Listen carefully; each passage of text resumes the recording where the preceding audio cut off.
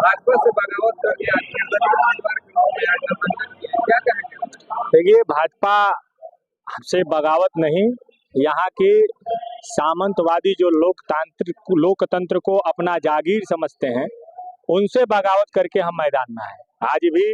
और कल भी और आगे भी देश के यशस्वी प्रधानमंत्री, जिनके सानिध्य में देश ने प्रगति के पथ पर एक अद्भुत इतिहास रचा है, उनके विचारधारा से, राष्ट्रवादी विचारधारा से ओतप्रोत होकर जीवन भर कार्य करने का लक्ष्य है। लेकिन वर्तमान समय में जिस प्रकार की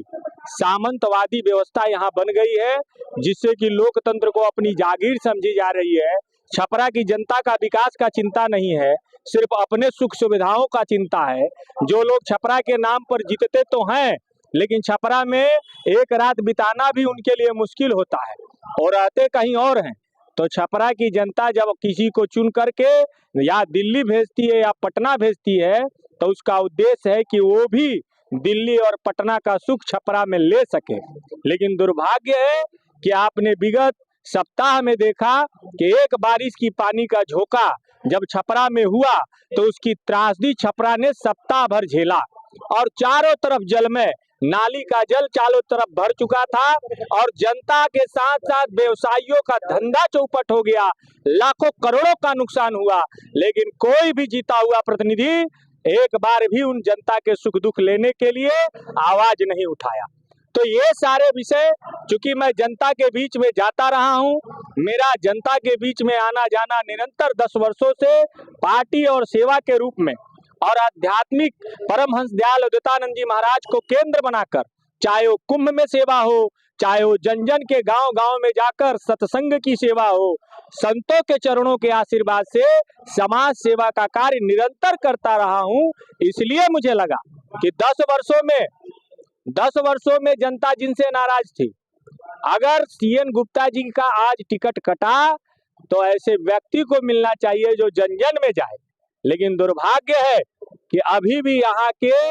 संगठन को कमजोर करने वाले जो अपने आप को बड़े नेता हैं, वो चाहते ही नहीं है कि छपरा का विकास हो और मोदी जी की योजनाएं छपरा में सही से लागू हो। टीवी चैनलों पर अब बड़े बड़े इंटरव्यू दे देने से कि छपरा बहुत सुखी है, ये छपरा की क्रांतिकारी जनता स्वीकार नहीं करेगी। इसलिए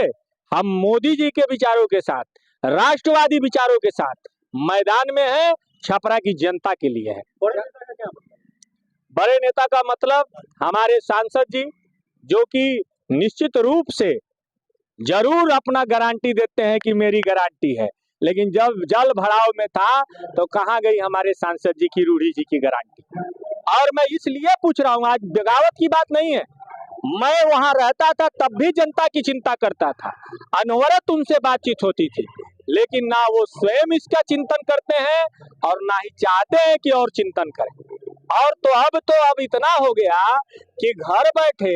पैराशूट से प्रत्याशी लॉन्च कराया जा रहा है। अरे भैया, देना था तो उनके हस्बैंड तनी मैदान में घूमे थे, उनको दे देते।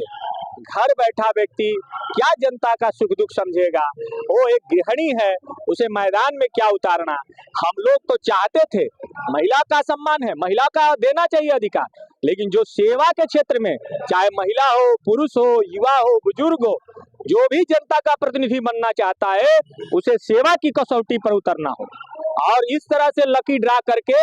जात पात की राजनीति करने वाले लोगों को करारा जवाब देने के लिए जनता पर विश्वास करती है और जिता देती है। मुख्य काम होगा जो मोदी जी ने मंत्र लिया, जैसे अयोध्या का विकास राम मंदिर ने किया, जैसे मथुरा का विकास भगवान श्री कृष्ण के मंदिर ने किया, जैसे काशी का विकास बाबा विश्वनाथ का मंदिर ने किया, और जैसे उज्जैन का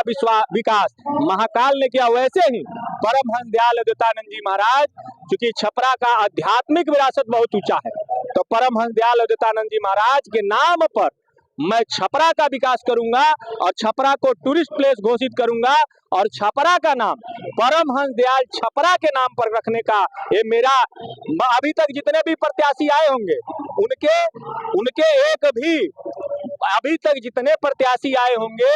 उनका कोई भी लक्ष्य नहीं है। उनसे अगर पूछ दिया जाए कि आप विधायक बनेंगे तो क्या करेंगे, लेकिन बहुत जल्द आपको